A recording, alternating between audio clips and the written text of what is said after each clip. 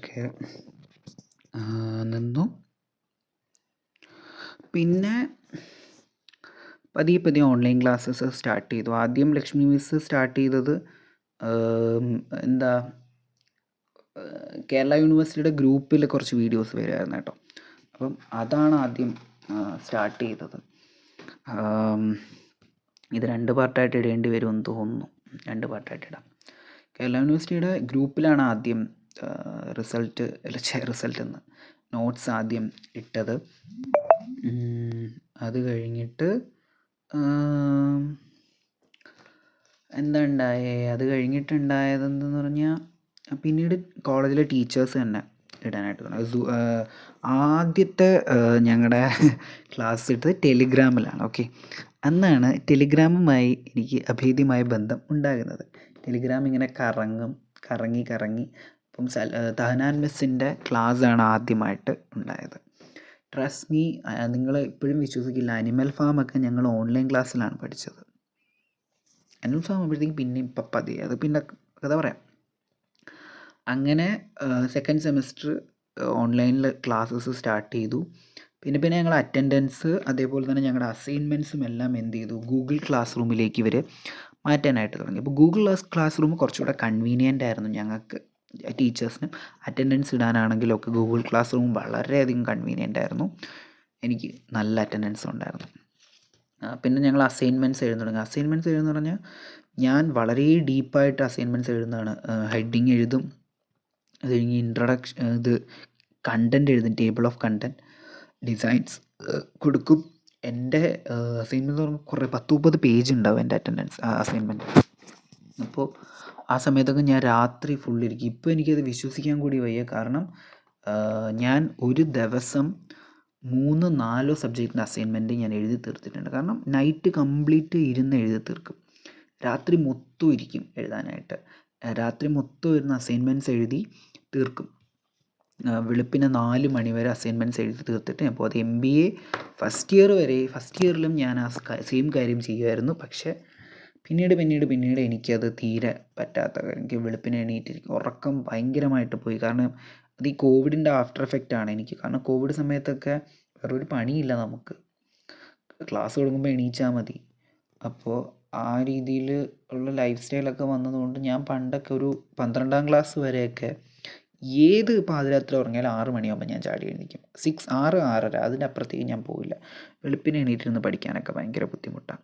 അത് എല്ലാ കാലത്തും എനിക്ക് ബുദ്ധിമുട്ടാണ്. 6-6:30 എക്സാമൊക്കെ ആണെങ്കിൽ ഞാൻ രാവിലെ എണീറ്റിരുന്ന് പഠിക്കുകയൊക്കെ ചെയ്യും. ഇപ്പോഴും അമ്മയൊക്കെ എപ്പോഴും പറയും, ഞാൻ അവരെണീക്കുന്നതിന് മുമ്പേ ഞാൻ സിറ്റ് ഔട്ടിൽ വന്നിരുന്ന് ഞാൻ അവിടെ ഇരുന്ന് ഈ രാമായണം പറഞ്ഞ പോലെ Essex, east Anglia, നോർത്തംബ്രിയ, king Alfred, William Shakespeare, Othello, Macbeth, animal farm, ഇങ്ങനെ ഞാനിത് പറഞ്ഞുകൊണ്ടിരുന്ന് ഞാൻ പഠിക്കും. ഞാൻ എഴുതും, നോട്ട്സ് എഴുതി പഠിക്കും. അങ്ങനെയൊക്കെ ഉള്ള ഇതൊക്കെ എനിക്ക് ഉണ്ടായിരുന്നു. ഞാൻ എവിടെ പോയി പ്രൊഡക്റ്റീവ് ആവണം. ഇനി എനിക്ക് MA എടുക്കണം. അതിന് ഞാൻ നല്ല പ്രൊഡക്റ്റീവായേ പറ്റൂ. ഞാൻ MA എടുക്കും. MA ഇൻ ഇംഗ്ലീഷ് ലിറ്ററേച്ചർ ഞാൻ എടുക്കും, അത് വേറെ കാര്യം. അപ്പോൾ അങ്ങനെയൊക്കെ വന്നു.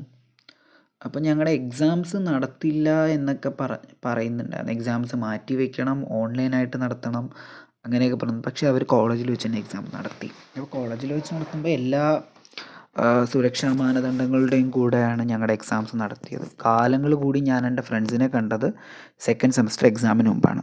ഇതിനു മുമ്പ് ഒരു കാര്യം പറയാൻ മറന്നുപോയി. ഫസ്റ്റ് സെമസ്റ്റർ എക്സാമിൻ്റെ സമയത്ത് എനിക്ക് ചിക്കൻ പോക്സ് പിടിച്ചു. കോളേജിലൊരു 4-5 പേർക്ക് വന്നിട്ടുണ്ടായിരുന്നു. ആ സൈക്കിളിൽ ലാസ്റ്റ് വന്ന് ചിക്കൻ പോക്സ് പിടിച്ചത് എനിക്കാണ്. അപ്പോൾ പ്രത്യുഷാണ് ആദ്യം പറഞ്ഞത്, ഒരു കുരുപ്പ് വന്ന് കഴിഞ്ഞപ്പോഴത്തേക്ക് ചിക്കൻ പോക്സ് തന്നെ അവനാ പറഞ്ഞത്. പിന്നെ എക്സാമിൻ്റെ സ്റ്റഡി ലീവിനിടയിലായിരുന്നു. ഓക്കെ, സ്റ്റഡി ലീവിനിടയിലായതുകൊണ്ട് തന്നെ എനിക്ക് പ്രത്യേകിച്ച് എന്ത് ചെയ്യാൻ പറ്റില്ല, അറ്റൻഡൻസ് ഒന്നും പോയില്ല, മെഡിക്കൽ സർട്ടിഫിക്കറ്റ് കൊടുക്കേണ്ട ആവശ്യമൊന്നും എനിക്ക് വന്നില്ല. എനിക്കും പിന്നെ മാറി. 1 വീക്കൊക്കെ ഞാൻ കിടന്നു കഴിഞ്ഞപ്പോഴത്തേക്ക് എന്നെ എല്ലാവരും വിളിക്കുകയൊക്കെ ചെയ്തു. അങ്ങനെയൊക്കെ ഇപ്പോൾ അതൊക്കെ മാറി. മുഖത്തൊക്കെ ഇപ്പോഴും അതിൻ്റെ പാടൊക്കെ ഉണ്ടെന്ന് തോന്നുന്നു, എനിക്കറിയില്ല. അങ്ങനെ അക്കരെ ഇരുന്നിട്ട് പിന്നെ കോവിഡ് അങ്ങനെ പോയി. Second semester complete. Second semester third semester പകുതി വരെ 4th സെമസ്റ്റർ ഇതെല്ലാം അങ്ങനെ തന്നെയാണ് പോയത്. ഇങ്ങനെ തന്നെയാണ് പോയത്. അസൈൻമെൻറ്റ്സ് ഞങ്ങൾ എഴുതും, ഫോട്ടോസ് എടുത്ത് അത് PDF ആക്കി എന്ത് ചെയ്യും, അപ്ലോഡ് ചെയ്യും, അറ്റൻഡൻസ് ഇതിൽ മാർക്ക് ചെയ്യും.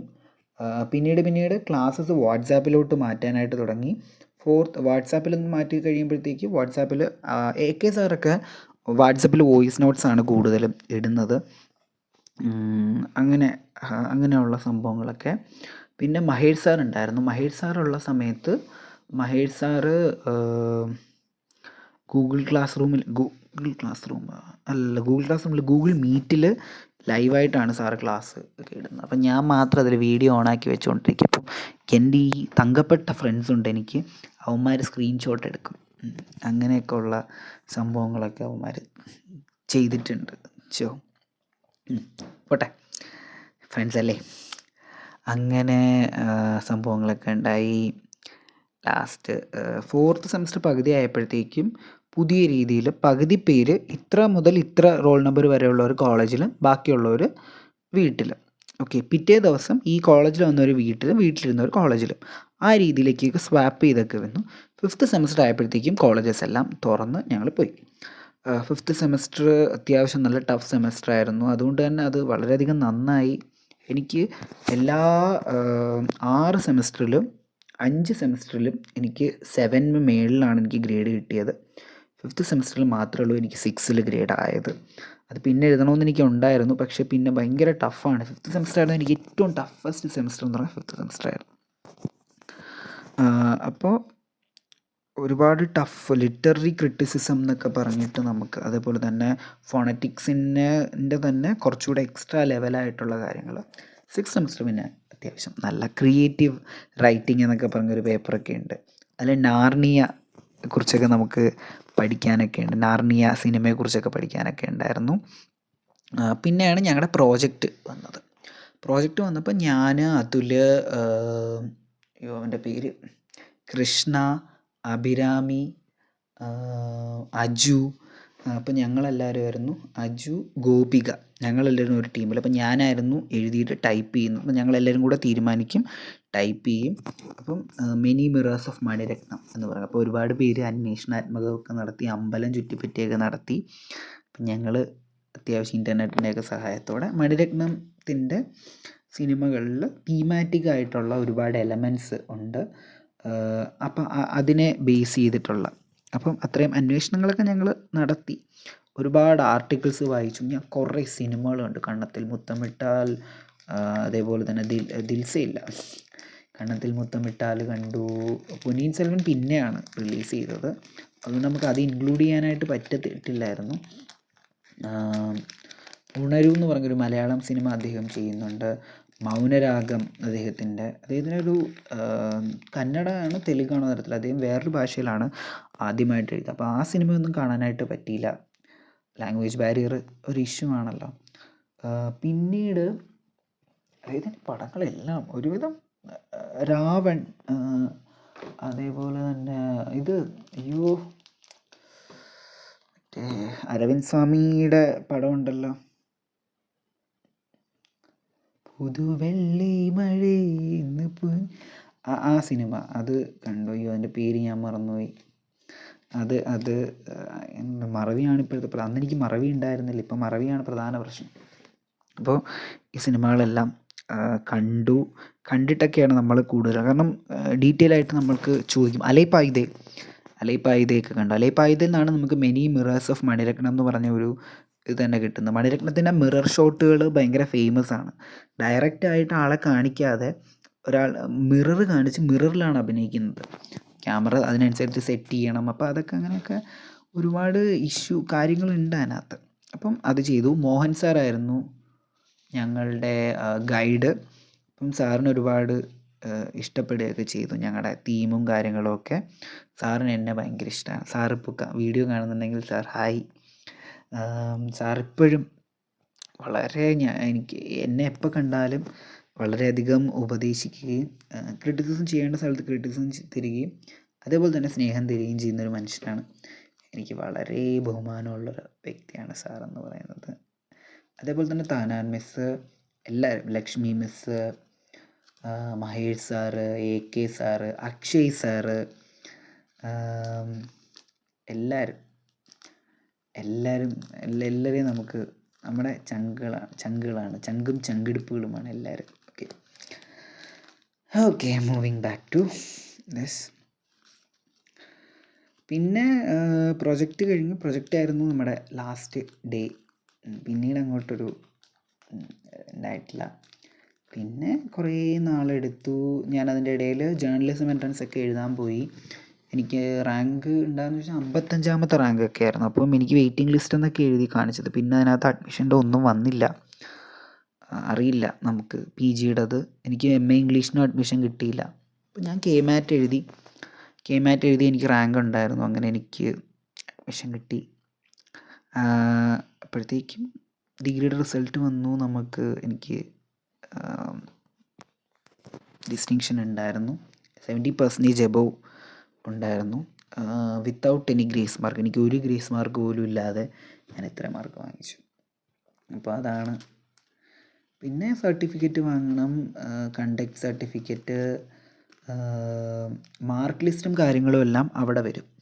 മെയിൻ സർട്ടിഫിക്കറ്റ് നമ്മൾ ആപ്ലിക്കേഷൻ കൊടുത്തു കഴിയുമ്പോൾ നമുക്ക് അയക്കാം. അപ്പോൾ ഞാൻ PGക്ക് ചേർന്ന് കഴിഞ്ഞ് 5 മാസത്തോളം കഴിഞ്ഞിട്ടാണ് എനിക്ക് വന്നത്. അതിൻ്റെ ഇടയിൽ ഞാൻ ഡ്രൈവിംഗ് പഠിച്ചു, ലൈസൻസ് എടുത്തു, അങ്ങനെയുള്ള കാര്യങ്ങളൊക്കെ ചെയ്തു. പിന്നെ അപ്പോഴാണ് ഞാൻ MBAക്ക് ചേർന്നതിന് ശേഷമാണ് വ്ളോഗ് ഇട്ട് തുടങ്ങിയത്. ഞാൻ യൂട്യൂബ് സ്റ്റാർട്ട് ചെയ്തത് കോവിഡിൻ്റെ സമയത്താണ് യൂട്യൂബ് സ്റ്റാർട്ട് ചെയ്തത്. കോവിഡ് കഴിഞ്ഞ് കോളേജിൽ ചെന്നപ്പോൾ കോളേജിലെ ഒരു ക്രിസ്മസ് സെലിബ്രേഷനൊക്കെ നടത്തി കേട്ടോ. ഞങ്ങൾ കോളേജിൽ ചെന്നിട്ട് ഒരു ക്രിസ്മസേ നടന്നുള്ളൂ. ഒരു ക്രിസ്മസ് സെലിബ്രേഷൻ, ഞങ്ങളുടെ ജൂനിയേഴ്സിന് ഒരു ഫ്രഷേഴ്സിൻ്റെ ഒരു സംഭവം, അങ്ങനെയുള്ള സംഭവങ്ങളൊക്കെ നടത്തി. ഈ ഒരു കോവിഡിൻ്റെ ഇതിൻ്റെ ഇടയിൽ കുറേ പേരുടെ കല്യാണം കഴിഞ്ഞിട്ട് പിന്നെ പഠിത്തം നിർത്തിയവരുണ്ട്. കോവിഡ് കഴിഞ്ഞ് ചെന്ന് കഴിഞ്ഞപ്പോഴത്തേക്കും ഞങ്ങളുടെ ക്ലാസ്സിലെ പെൺകുട്ടികളുണ്ട്, കുറേ പേർക്ക് കുഞ്ഞുങ്ങൾ വരെ ആയി. ഇപ്പോൾ എല്ലാവരും എവിടെയൊക്കെയാണ്, പല ഭാഗത്ത്. എൻ്റെ കൂടെയുള്ള 5 എന്ത് ചെയ്യാമെന്ന് എനിക്കറിയാം. പ്രത്യുഷ് ഏവിയേഷൻ, പിന്നെ എയർപോർട്ട് കരിയർ, അത് പഠിച്ചു. അവനവിടെ ജോലിയൊക്കെ കിട്ടി. അവൻ ഇപ്പോൾ ഫ്രീ ആയിട്ട് അവൻ പുതിയ ഓപ്പർച്യൂണിറ്റീസ് നോക്കുന്നു. ഷിനു ഇപ്പോൾ MA കഴിഞ്ഞിട്ട് അവൻ ആക്റ്റീവായിട്ട് കുട്ടികൾക്ക് ട്യൂഷൻ എടുക്കുന്നു, ഓപ്പർച്യൂണിറ്റീസ് നോക്കുന്നു. അതിലും വേറെ ഏതൊക്കെയോ വഴി കൂടെ പോയി. പ്രവീൺ ഇത് കഴിഞ്ഞിട്ട് അവൻ BSc ഫിസിക്സ് പഠിച്ചു. ഇപ്പോൾ MSc ഫിസിക്സിൽ സ്പേസ് ഫിസിക്സ് എന്നിട്ട് അവൻ കാര്യവട്ടത്ത് PG ചെയ്യുന്നു. അതിൻ്റെ is very dreamer. Ajo BA കഴിഞ്ഞ് B.Ed എടുത്തിട്ട് അവൻ MA ചെയ്യുന്നുണ്ട്. ഇപ്പോൾ ഞാൻ പഠിപ്പിക്കാൻ കയറിയപ്പോൾ അവൻ അവിടെ MA സ്റ്റുഡൻ്റാണ്. അങ്ങനെ നിൽക്കുന്നു. അപ്പോൾ എല്ലാവരും, ലക്ഷ്മി മിസ്സ് കല്യാണം കഴിഞ്ഞിട്ട് ചെന്നൈയിൽ പോയി. താനാൻ മിസ്സ് ഇപ്പോൾ വർക്ക് ചെയ്യുന്നോന്ന് എനിക്കറിയില്ല. മോഹൻ സാറും വർക്ക് ചെയ്യുന്നുണ്ടാകുന്നില്ല. രാധാകൃഷ്ണൻ സാറ് റിട്ടയർ ആയതാണ്. അപ്പം സാറും വർക്ക് ചെയ്യുന്നുണ്ടാകുന്നില്ല. ആ ബാച്ചിൻ്റെ ഒരു റീയൂണിയൻ പോലെ വെക്കണമെന്നൊക്കെ ഭയങ്കര ആഗ്രഹമുണ്ട്. പക്ഷേ നടക്കുമെന്ന് എനിക്കറിയില്ല. അപ്പോൾ അതാണ് എൻ്റെ കോളേജ് സ്റ്റോറി. പിന്നെ ഞാൻ PGക്ക് ജോയിൻ ചെയ്തു. സർട്ടിഫിക്കറ്റ് അങ്ങനെയൊക്കെ വാങ്ങാൻ മാത്രമേ കോളേജിൽ പോയുള്ളൂ. പിന്നെ കോളേജിൽ പോയില്ല. കോളേജിൽ ഒന്നുകൂടെ പോകണം. ഞാൻ എവിടെയെങ്കിലും പുറത്തൊക്കെ പോവുകയാണെങ്കിൽ എനിക്ക് അതിനു മുമ്പ് കോളേജിൽ പോകണം. ഇവന്മാരെ എല്ലാം മീറ്റ് ചെയ്യണം. അന്ന് ഞങ്ങൾ കോളേജിൽ വെച്ചെടുത്തൊരു തീരുമാനമുണ്ട്. ഞങ്ങളെല്ലാവരും ലൈഫിൽ സക്സസ് ആയി നല്ല സെറ്റിലായി കഴിയുമ്പോൾ ഞങ്ങൾ 6 പേരും കൂടെ ഞങ്ങൾ എന്ത് ചെയ്യും, ഞങ്ങൾ മാൽദീവ്സിൽ പോവും. അങ്ങനെ ഒരുപാട് ആൺപിള്ളേർ ഒരുമിച്ച് കൂടി പോകുന്ന സ്ഥലമെല്ലാം മാൽദീവ്സ് എന്ന് പറഞ്ഞവരുണ്ട്. അങ്ങനെ പറഞ്ഞവരുടെ മുമ്പിൽ കൂടെ ഞങ്ങൾ മാൽദീവ്സിൽ പോകും. അപ്പോൾ ഇത്രയും നേരം എന്നെ കേട്ടുകൊണ്ടിരുന്നത് ആൾക്കാർക്ക് എല്ലാവർക്കും എൻ്റെ വളരെയധികം നന്ദിയുണ്ട്. അപ്പോൾ ഇതാണ് എൻ്റെ കോളേജിൻ്റെ സ്റ്റോറി എന്ന് പറയുന്നത്. ഒരുപാട് ടെൻഷൻ അനുഭവിച്ചൊരു സമയമൊന്നുമല്ല. പക്ഷേ ആകെ എനിക്കൊരു ടെൻഷൻ അനുഭവിച്ചത് റിസൾട്ട് വരുന്ന സമയത്ത് മാത്രമാണ്. അതിലൊരിക്കൽ ഫസ്റ്റ് സെമ്മിൻ്റെ റിസൾട്ട് എന്ന് പറയുമ്പോൾ ഞാൻ നോക്കിയപ്പോൾ എനിക്ക് അത്യാവശ്യം നല്ല മാർക്കുണ്ട്. അപ്പം 7.7 അങ്ങനെ എന്തോ ഒരു 6.77 ഇമ്പ്രൂവ് ചെയ്ത് 7 ആക്കി. 6.77 മാർക്ക് എനിക്ക് വന്നു. അപ്പം ഞാൻ ലക്ഷ്മി മിസ്സേ എനിക്ക് 6 ആണോ അർജുന്? ഞാൻ നോക്കിയപ്പോൾ 0.77 എന്ന് പറഞ്ഞു. അങ്ങനെ 0.77 എന്ന് പറഞ്ഞാൽ ഫെയില്. ഞാൻ പേടിച്ചു പോയി. ഞാൻ വിചാരിച്ചു ഞാൻ തോറ്റു. പക്ഷേ പിന്നെ മിസ്സിന് തെറ്റിയതാണ്. പിന്നെ ഞാനും നോക്കി 6.77 ഉണ്ടായിരുന്നു. അത് ഇമ്പ്രൂവ് ചെയ്ത് 7 ആക്കി. പിന്നെ അത്യാവശ്യം കുഴപ്പമില്ല. പ്രൊജക്റ്റും കാര്യങ്ങളും എല്ലാം ഒക്കെ നടന്നു. അങ്ങനെ അത് പോയി.